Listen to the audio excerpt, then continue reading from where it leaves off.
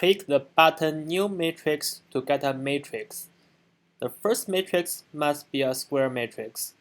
Click the button to select the size of the matrix. Use the keyboard to change the entry of the matrix. You can use append to add a matrix afterwards, or use prepend matrix to add a matrix in front of it. Note that there is no option of adding a matrix in the middle. Please enter your matrix one by one. When prepending the matrix, the number you select is the number of rows. When appending a matrix, the number you select is the number of columns. The color of the matrix is alternating. The blue matrix represents the inverse of that matrix.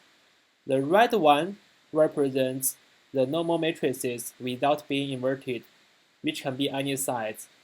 Therefore, any blue matrix must be square matrix. To delete a matrix, simply click Delete Me. You can only delete the first or the last matrix. So please enter one by one. If your matrix contains polynomials, simply click the polynomial mode. Then enter coefficients of the polynomial in each factor. Use the 2 plus sign key to add coefficients for higher or lower degrees.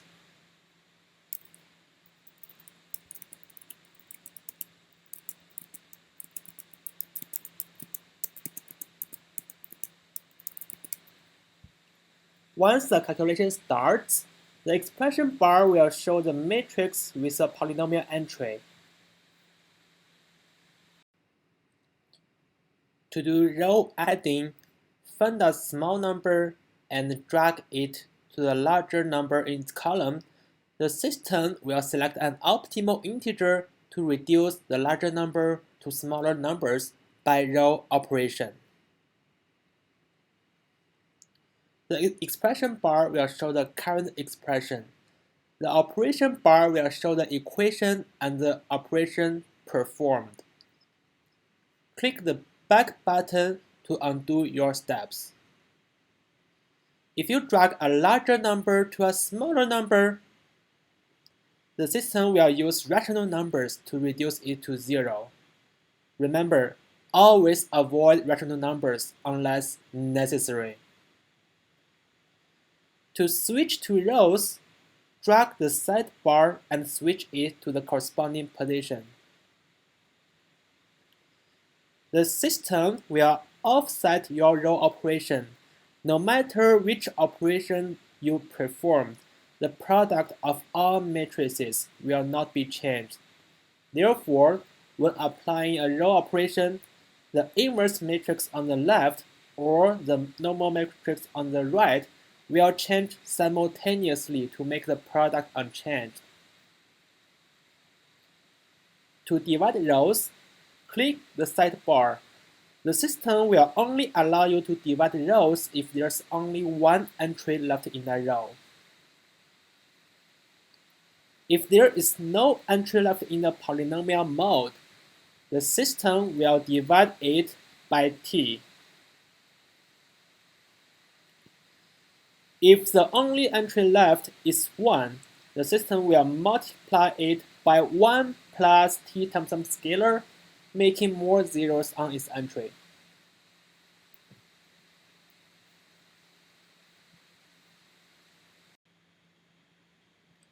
Hover your mouse on the sidebar.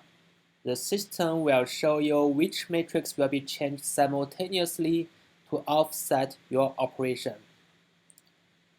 The row operation will only be available when you have inverse matrix on the left of the normal matrix. The column operation will be available when you have the inverse matrix on the right of the normal matrix. If no matrices are available to offset your operation, the system will not allow you to do any operation.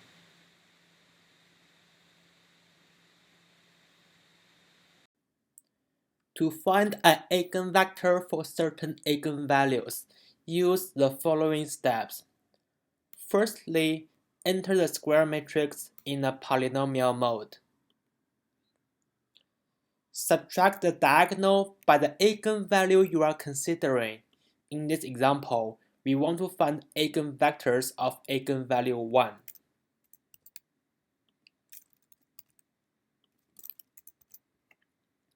Then add an identity on the degree 1 coefficient. Append an identity on the right of the fraction to allow row operations.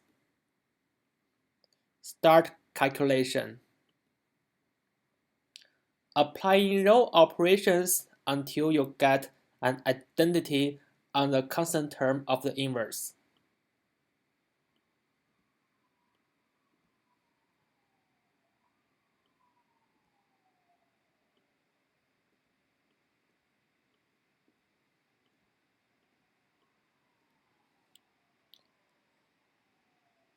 Then, each non-zero column of the coefficient matrix of the lowest degree on the right vector are eigenvectors of eigenvalue 1.